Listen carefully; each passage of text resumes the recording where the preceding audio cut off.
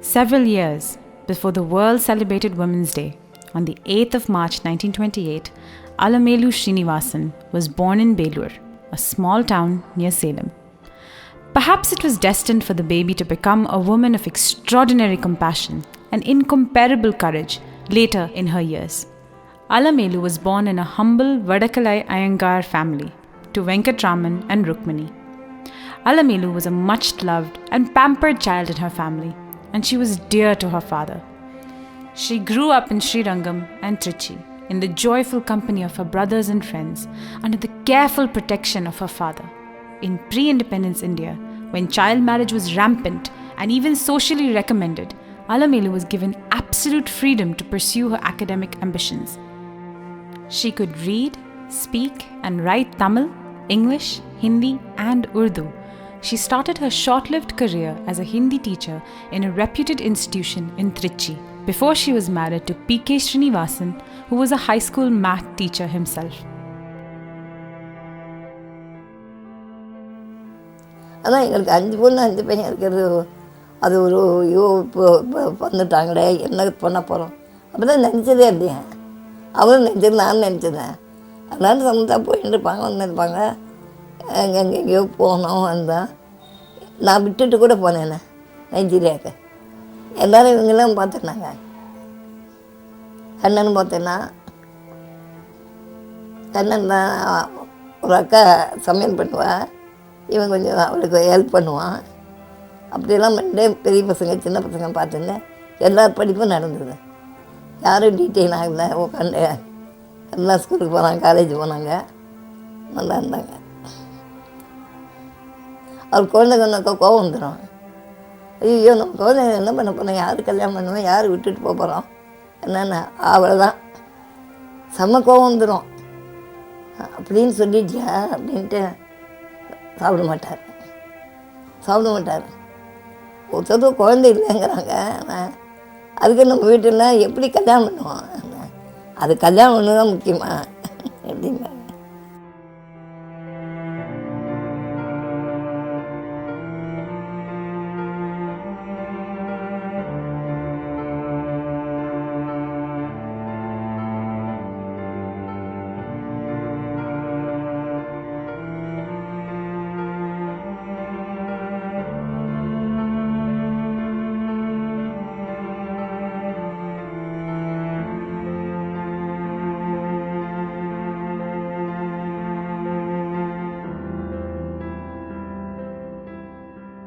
Marriage turned Alamelu's life around. A girl who had lived a carefree life till then suddenly found herself in the midst of an orthodox family in independent India as the wife of the eldest son. Her husband, P.K. Srinivasan, who later on in his life became a legend of math education, answered Mahatma Gandhi's call to go to the villages.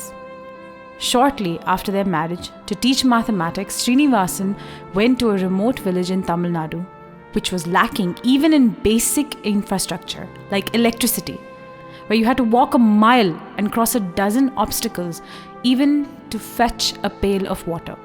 And he took his wife Alamelu along.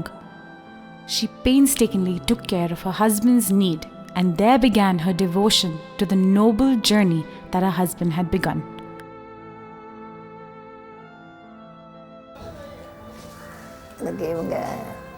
செஞ்ச முறை சரியில்லை. நான் கொஞ்சம் படித்தோம். நான் என்ன வரலையும் ஹிந்தி படித்தேன். அது வேலை இருந்தேன். அப்போ அந்த 3 வருஷம் எனக்கு நல்ல ஒரு இது டீச்சர்ஸோடு சேர்ந்து அவங்களுடைய இதெல்லாம் எனக்கு கிடச்சிது. திடீர்னு எங்கள் அப்பாவுக்கு உடனே கல்யாணம் பண்ணேன் 20 வயசில். அப்போ ரொம்ப கஷ்டம். இவர் ரொம்ப நல்ல மாதிரி, ரொம்ப உத்தமமான மனுஷன் அப்படின்னு பட்டுடுது எங்கள் அப்பாவுக்கு. அதனால் கெஞ்சி கூத்தாடி என்னை கல்யாணத்துக்கு சம்மதிச்சார். அதனால் அப்பா இவ்வளோ கஷ்டப்படுறாருன்னு நான் ஒத்துனேன். நானே ஒத்துனல. நானே சரி அப்பாக்காக ஒத்துனேன். அவர் தீர்மானமாக இருந்தார், இவரை தவிர நம்ம இன்னும் படித்த பொண்ணையெல்லாம் பார்க்க முடியாது. அதாவது அந்த நேரத்தில் என்னோடய பீரியடில் அவ்வளோ படிக்க மாட்டாங்க, வீட்டுக்கார போய் யாரோ ஒரு 8வது 7வது படிப்பாங்க. நான் ஹிந்தி நிறைய படிச்சிருக்கேன், நிறைய அட்டன் பண்ணியிருக்கேன், டிபேட்டெல்லாம் பண்ணியிருக்கேன். இதெல்லாம் இவர் என்னுடைய புக்கை தான் பார்த்தாரு, என் செல்ஃப் இருக்கிற புக்கை தான் வேறு பார்த்தாரு. அதுலேருந்து அவருக்கு ஒரு மனசில் ஒன்று பட்டுடுச்சு. அவங்க தாத்தா கிட்ட சொல்லி இந்த பொண்ணையை நான் கல்யாணம் பண்ணிக்கிறேன். சரி அப்படியே போயிட்டு இருந்தது. 2 மாதத்துல செட்டில் ஆகிடுது. அவங்க அப்பாவுக்கு பிடிக்காத இருந்தது கொஞ்சம், ரொம்ப இல்லை, 40% தான் பிடிச்சது. அப்படியே கல்யாணம் நடந்துச்சு திருச்சிலேயே. ஆனால் அவருக்கு ரொம்ப மகிழ்ச்சி. படித்து கொண்டு வந்தால் எல்லாத்தையும் காமிச்சார். இந்த புக்கு பாரு, அந்த புக்கு பாரு, இந்த அலமாரியில் அந்த இவ்வளோ சேர்த்து வச்சுருக்கேன் அப்படின்னாங்கண்ட. ஏன்னா ஒரு புக்காக பார்த்துன்னு சொல்கிறாரு, டைமே இல்லை, வீட்டு வேலை முடியாது, இப்படி புக்கே பார்த்தா வீட்டு வேலை யார் செய்கிறது, யோஜனை தோணுது. அப்புறம் வீட்டுக்கு லெட்டர் எழுதிட்டேன், கார்டு. அது அப்படி தெரியல அந்த காலத்தை, அந்த கவரில் எழுதணும் கூட. எனக்கு இந்த ஊர் பிடிக்கல, இந்த இது பிடிக்கல, எதுவும் பிடிக்கல, எனக்கு வேலையும் செய்ய தெரியல, என்னை கூட்டின்னு போயிடுங்க அப்படின்னு லெட்டர் எழுதிட்டேன். அந்த ஸ்கூலில் 15 நாளைக்கு ஒரு தடவை டீச்சர்ஸ் மாற்றுவாங்க, போஸ்ட் ஆஃபீஸ் ஒர்க்கு கொடுப்பாங்க. ஏன்னா ரூரல் தானே. இவர் அந்த போஸ்ட் ஆஃபீஸ் ஒர்க்கு அந்த 15 நாள் வருது. இப்படி கார்டெல்லாம் எடுத்துக்கும்போது என்னுடைய ஹேண்ட் ரைட்டிங் பார்த்தோன்னு, என்னது இவ்வளோ ஹேண்ட் ரைட்டிங் பார்த்தேன். இல்லை அதான் வேலையெல்லாம் முடிச்சுட்டு வந்தார். இது என்ன எழுதியிருக்கேன் அப்படின்னாங்க. ஆமாம், வீட்டுக்கு லெட்டர் எழுதிட்டேன். அதுவும் நம்ம டிரான்ஸ்பரண்ட்டாக கார்டில் எழுதுவியா, கார்டில் எழுதி எல்லோரும் படிக்க மாட்டாங்க, அது கூட தெரியலையா அப்படின்னு நான் கேட்டேன். அப்புறம் கார்டை கிழிச்சு போட்டுட்டேன்.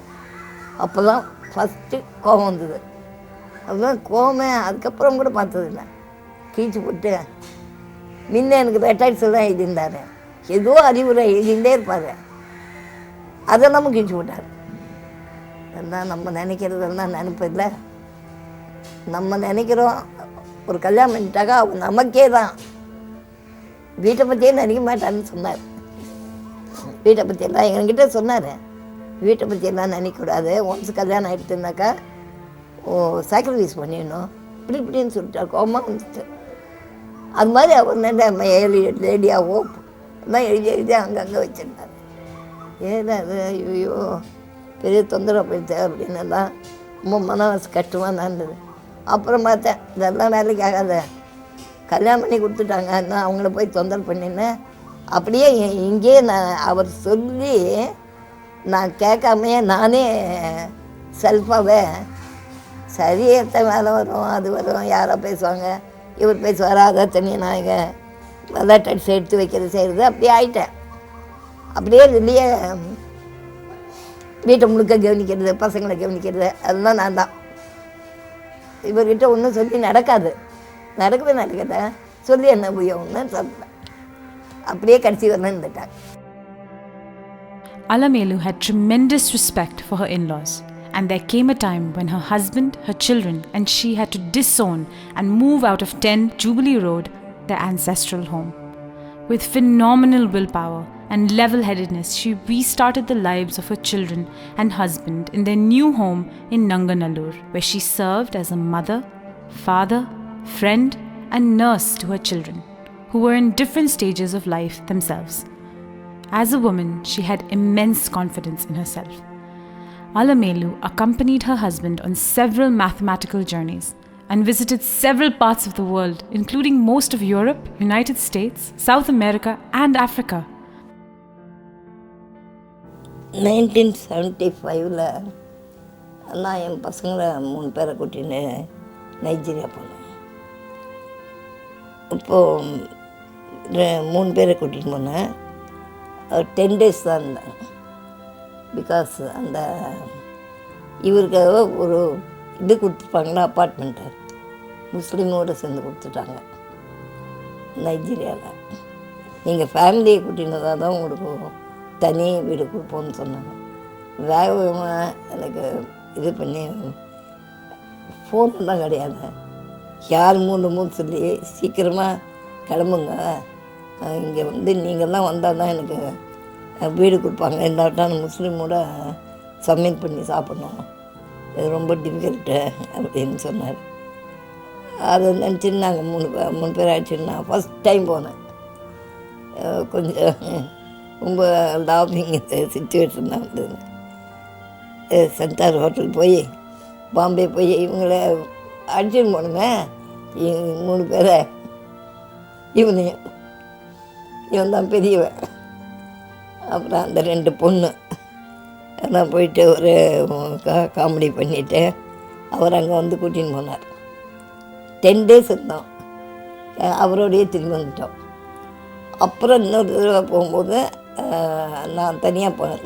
இவங்களும் வந்தாங்க. 3 months இருந்தேன். அப்போ இவங்க வந்து ரோம் வழியாக வந்தோம். ரோமில் இவங்களெல்லாம் காமிச்சு அவர் நல்லா தனியாக நான் இங்கேருந்து போகும்போது நல்லா இருந்தது. ரோம் போயிட்டு பாம்பே போயிட்டு நேராக ரோம். எனக்கு எதாவது ஞாபகம் இருக்குன்னு தெரியல. அவருக்கு இந்த ஒரு பயமே கிடையாது. பயங்கிறது அண்ணளவு கூட கிடையாது. பாம்பு இப்போ பார்த்தாக்க பேசாமல் அப்பாட்டு பார்த்துன்னு அதாவது நிடர்னு சொன்னால் அந்த ஊரில் சொல்லுவாங்க, இவர் பெரிய ஆளாக இருப்பார், நாங்கள்லாம் பயந்துக்கிறோம், இவர் பயப்படவே மாட்டேங்கிறார், கருணாகம் போயின்ட்டுருக்கு, அது பாட்டு போட்டோம் அப்படிங்கிறார். கொஞ்சம் ஜாக்கிரதையை பார்த்துக்கோங்கன்னு சொல்லுவாங்க அவங்க ஊர்க்காரங்கெல்லாம் வந்து. அந்த அளவுக்கு பயம்தான். எங்கே வேணாலும் போக வேண்டிய இவருக்கு இந்த ஊரில் பிறந்து வந்து அதாவது இதாகவே வளரல. ஒரு யாருமா பசங்க மாதிரி இல்லை. தான் பாட்டுக்கு போகிறது, தான் இஷ்டப்பட்டதானே இருக்குது. வீட்லேயும் வேறு மாதிரி தான்.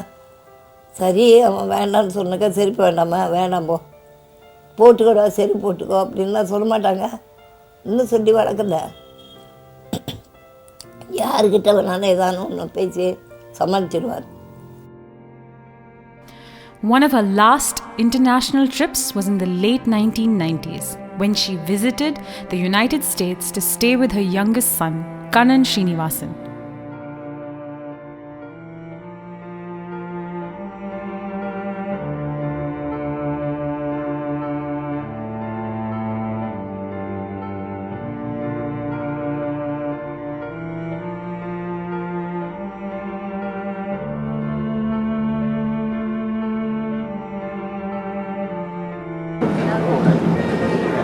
ஆனால் இங்கே கூட்டிகிட்டு வந்தது என்னால் நம்பவே முடியல. பெரிய கிராண்ட் ஷோ இன்னும் பார்க்கவே முடியாது. வேர்ல்டுலேயே பெஸ்ட்டு. பார்க்க ஆச்சரியமாக இருக்கு.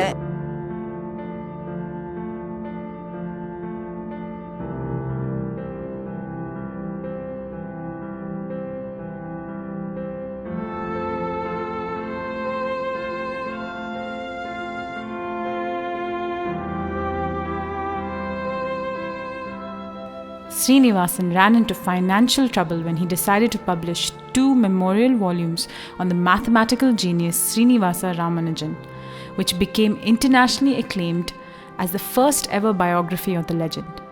Alamelu came forward to pledge all of her jewels just to make her husband's dreams come true. And to this day, this act stands tall among her many sacrifices.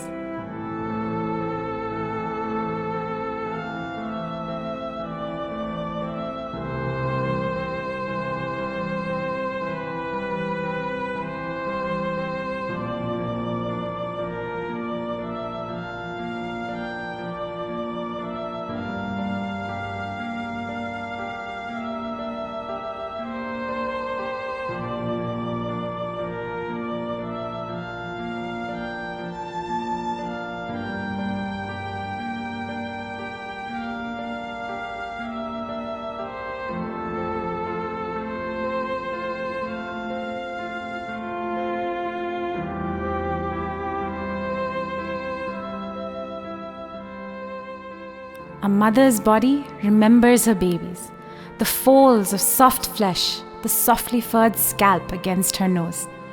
Each child has its own connections to the mother's body and soul. And Alamelu Srinivasan, till her death on Ekadasi, the 10th of November 2012, remembered religiously every day the smell, touch and feelings of her 10 children. She was the truest friend to her children in joy and sadness, when trials heavy and sudden fell upon them and their families, when adversity took the place of prosperity, when friends and family came and went, when trouble thickened around them, she still stood by them, holding their hands and endowed by her kindness, concern, and counsels to dissipate the clouds of darkness and cause peace to return to the hearts of her loved ones. Her idea of bliss was when all her 10 children and their families were safe, happy, and secure by her side. She ate with them, watched cricket, and cheered along with them, joked with them, took a few of their jokes on her, and mesmerized them with her timeless, toothless grin. For Alamelu, being a mother was an attitude rather than just a duty out of biological relation.